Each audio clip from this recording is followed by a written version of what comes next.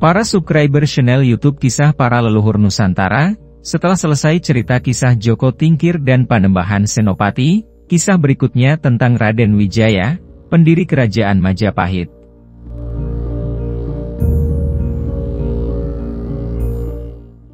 Sebelum Kerajaan Majapahit berdiri, telah berdiri Kerajaan Singosari, yang lokasinya sekitar daerah Jawa Timur.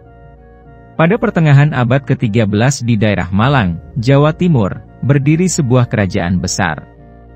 Kerajaan itu bernama Singosari. Orang-orang dari luar Jawa menyebutnya juga dengan Kerajaan Tumapel.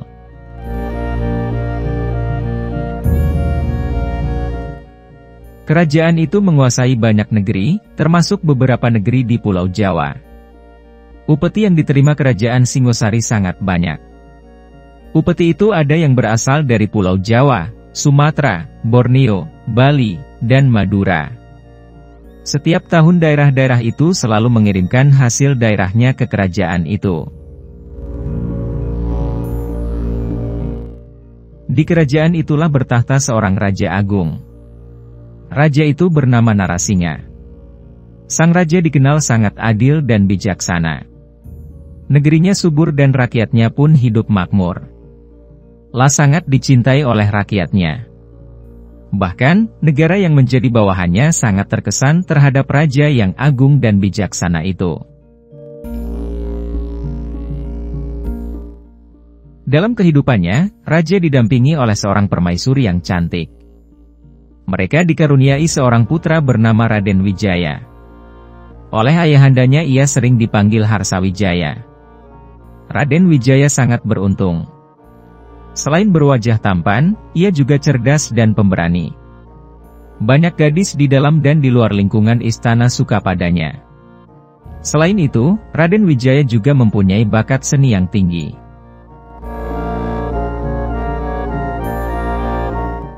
Para subscriber channel YouTube Kisah Para Leluhur Nusantara.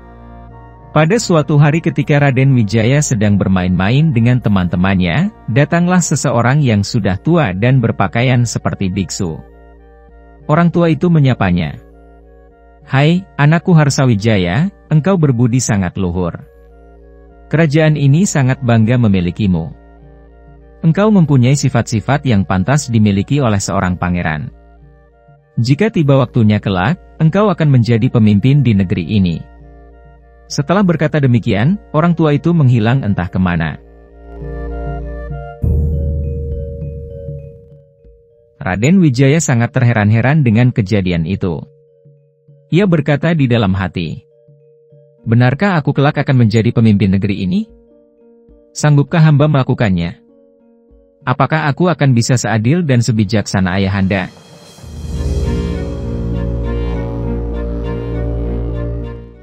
Raden Wijaya kemudian pergi menemui teman-temannya. Namun, pertanyaan-pertanyaan itu terus menghantui pikirannya. Karena sudah tidak sanggup memikirkan kejadian itu, Raden Wijaya menceritakan pengalamannya itu kepada teman-temannya. Ketiga temannya hampir tidak percaya. Mereka saling berpandangan. Namun, Sora langsung menanggapi. "Sudahlah Raden, jangan terlalu dipikirkan. Bukankah itu sudah merupakan hukum alam? Air atap jatuh ke pelimbahan."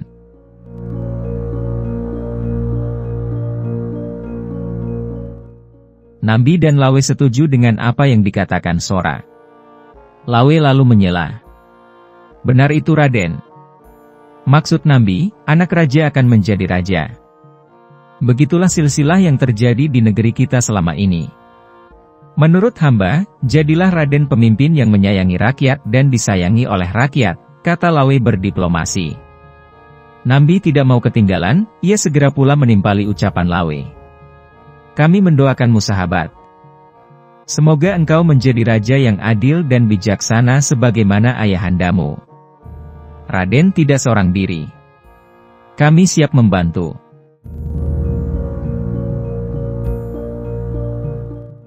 Para subscriber channel YouTube Kisah Para Leluhur Nusantara. Setelah mendengar ucapan teman-temannya itu, hati Raden Wijaya menjadi senang. Ia merasa sangat bangga mempunyai teman-teman yang setia dan sebaik itu.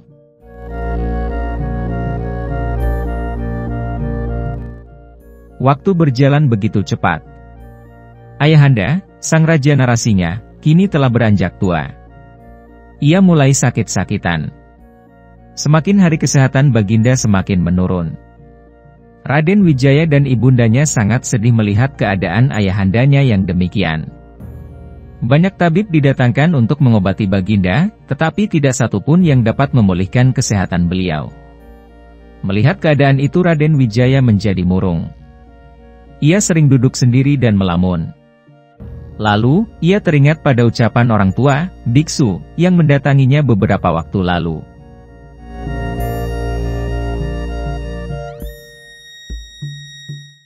Waktu itu ia sedang bermain dengan teman-temannya, Nambi, Sora, dan Lawe.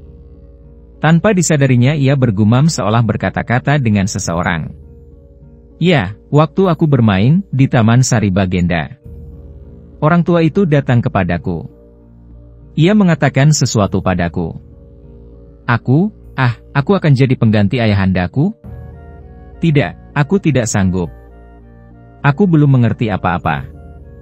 Tidak mungkin aku akan dapat memerintah negeri ini, kata Raden Wijaya seraya menangis.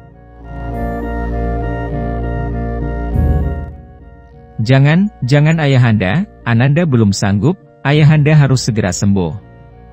Ayahanda harus mengajari Ananda terlebih dahulu, lanjut Raden Wijaya.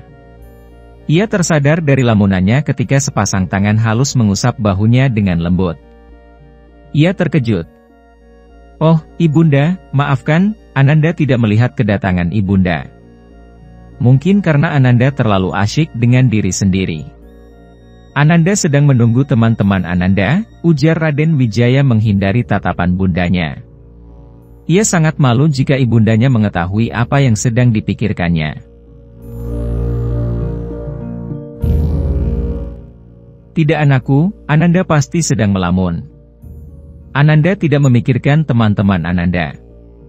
Ananda sedang memikirkan ayahanda. Ibunda mengetahui bahwa Ananda mengkhawatirkan kesehatan beliau bukan, jawab ibundanya dengan suara yang lembut.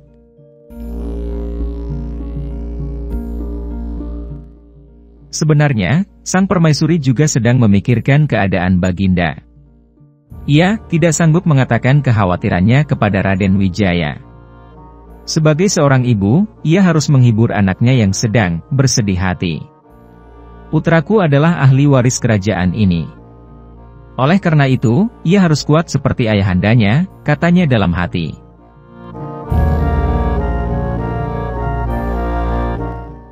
Para subscriber channel YouTube Kisah Para Leluhur Nusantara. Suasana hening sejenak. Mereka bersama-sama menundukkan kepala dan berdoa untuk memohon kepada Tuhan agar Baginda diberi kekuatan dan disembuhkan dari semua penyakit. Sejak tadi Bunda mencari-cari Munak. Bunda mengira Ananda pergi ke Taman Baginda, suara permaisuri memecahkan keheningan. Raden Wijaya tetap diam membisu. Lalu, dengan penuh kasih permaisuri memandangi wajah anaknya itu. Tiba-tiba ada rasa sakit di dalam matanya. Kemudian, beberapa bola kecil bening menetes dari sudut mata itu. Ia terisak. Bunda menangis, tanya Raden Wijaya menghibah. Maafkan Ananda. Ananda telah membuat susah. Beberapa hari ini Ananda malas pergi kemana-mana, Ananda hanya ingin tinggal di keraton, sambung Raden Wijaya sambil memeluk ibundanya.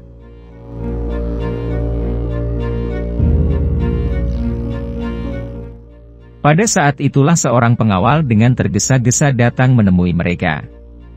Ia menyembah dan kemudian menyampaikan pesan Baginda. Setelah itu, Permaisuri dan Raden Wijaya berangkat menuju ke peraduan, tempat Baginda berbaring. Sesampai di sana, keduanya mendekat dan memberi salam. Baginda tampak sangat senang. Tabib baru saja mengobati ayahanda. Ia mengatakan bahwa kesehatan ayahanda telah banyak kemajuan. Ayahanda berharap bisa sembuh secepatnya. Besok atau lusa ayahanda akan mengundang Kertanegara untuk datang kemari. Ada masalah penting kerajaan yang perlu ayahanda bicarakan dengannya. Baginda berkata pelan sambil menatap bergantian kepada putra dan permaisurinya. Setelah mendengar ucapan Baginda, permaisuri sangat terharu, ada secercah harapan yang muncul dalam hatinya. Wajah Baginda begitu cerah, Baginda terlihat segar seakan-akan baru bangun dari tidur. Permaisuri lalu duduk di samping pembaringan Baginda dan berkata dengan lembut, "Kakang Prabu, Dinda sangat gembira melihat keadaan Kakang yang sudah membaik ini. Mudah-mudahan besok Kakang makin sehat dan dapat mengundang Kakang sepupu, Kertanegara, untuk datang kemari." Raden Wijaya hanya diam terpaku tidak berkata sepatah pun. Ia tidak mau melepaskan pandangan dari ayahandanya dan berkata dalam hati, "Apakah yang aku lihat ini merupakan gambaran kesehatan ayahanda yang sesungguhnya? Siapa yang bisa mengetahui dengan pasti bahwa ayahanda sedang menahan rasa sakitnya? Ananda berdoa untukmu ayahanda." Tanpa terasa air mata Raden membasahi pipinya. Karena malu diketahui oleh ayahanda dan ibundanya, Raden Wijaya meminta izin dan berlalu dari hadapan kedua orang tuanya. Di kamar Raden Wijaya bertambah gelisah. Kini ia makin khawatir dengan kesehatan ayahandanya. Ia yakin bahwa ayahandanya sengaja membuat wajahnya secerah mungkin. Itu dilakukan ayahandanya demi ia dan ibundanya. "Ayahanda tidak mau melihat kami bersedih," bisiknya. Hari berganti minggu dan minggu pun berganti bulan. Keadaan Baginda makin parah. Ketika merasa hari kematiannya sudah makin mendekat, Baginda meminta kepada pengawalnya untuk memanggil sepupunya, Kertanegara. Para subscriber channel YouTube Kisah Para Leluhur Nusantara. Pengawal segera menuju rumah Kertanegara dan menyampaikan pesan Baginda. Saat mendengar berita panggilan Baginda yang mendadak itu, Kertanegara bergegas menuju keraton untuk menemui Baginda. Sesampainya di hadapan Baginda, Kertanegara menyembah dan berkata, "Maafkan hamba Kakang, hamba terlambat datang kemari, hamba baru saja menerima tamu dari Daha. Mereka ingin menjenguk Kakang, tetapi hamba melarang mereka karena hamba sangat khawatir akan mengganggu istirahat Kakang. Tamu itu baru saja pergi, oleh karena itu, hamba terlambat menemui Kakang," kata Kertanegara seraya menundukkan kepalanya. Prabu Narasingha mendengarkan dengan sabar penjelasan dari sepupunya itu. Kemudian, ia berkata dengan terbata-bata, "Ada masalah penting yang perlu kubicarakan denganmu Adi Kertanegara. Sekarang aku sudah semakin tua. Aku sudah terlalu lelah rasanya. Aku sudah tidak sanggup lagi memimpin kerajaan ini. Bagiku tidak ada yang lebih baik selain menghadap Tuhan." Pandangan sang Prabu sangat redup, sesekali mata itu terpejam lalu terbuka kembali.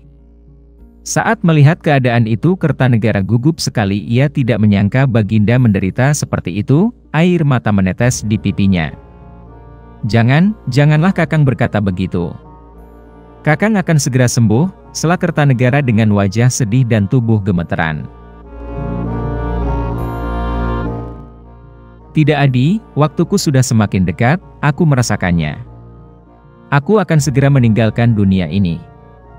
Mulai sekarang, di depan permaisuri dan putraku serta beberapa pengawalku ini, aku menobatkan engkau menjadi penggantiku untuk sementara," kata sang Prabu menghela napas panjang dan kemudian melanjutkannya kembali. "Selain itu, aku juga minta pada Adi Kertanegara untuk menjadi pengasuh putraku satu-satunya, Harsawijaya. Setelah dewasa ia akan segera mengambil alih pemerintahan ini," kata Prabu dengan napas terengah-engah. Para subscriber channel YouTube Kisah Para Leluhur Nusantara.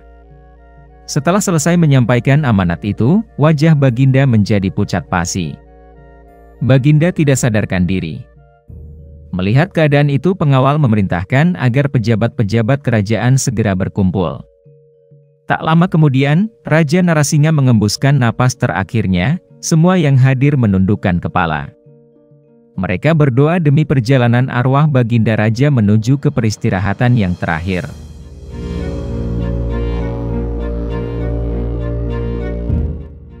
Selesai berdoa, salah seorang punggawa mengumumkan ke seluruh negeri bahwa Raja Narasingha telah mangkat.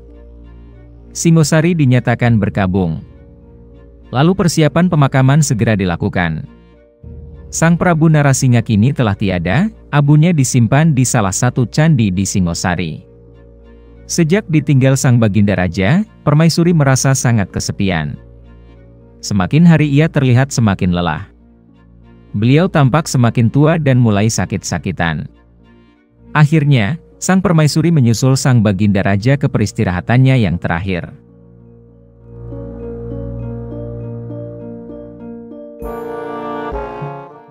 Para pecinta dan para subscriber YouTube Kisah Para Leluhur Nusantara, kiranya cukup sekian dulu. Silahkan ikuti kisah-kisah selanjutnya di waktu dan jam yang sama, dengan cara klik subscribe dan juga loncengnya, agar Anda selalu mendapatkan notifikasi jika channel YouTube ini mengupload video kisah terbaru.